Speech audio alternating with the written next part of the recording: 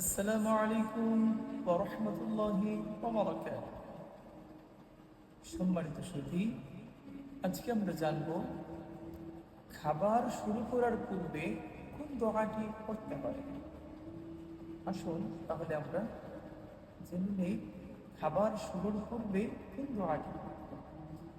খাবার শুরুর পূর্বে যে দোয়াটি করতে হয় তা হচ্ছে বিসমিল্লাহি ওয়া আলা বারাকাতিল্লাহ,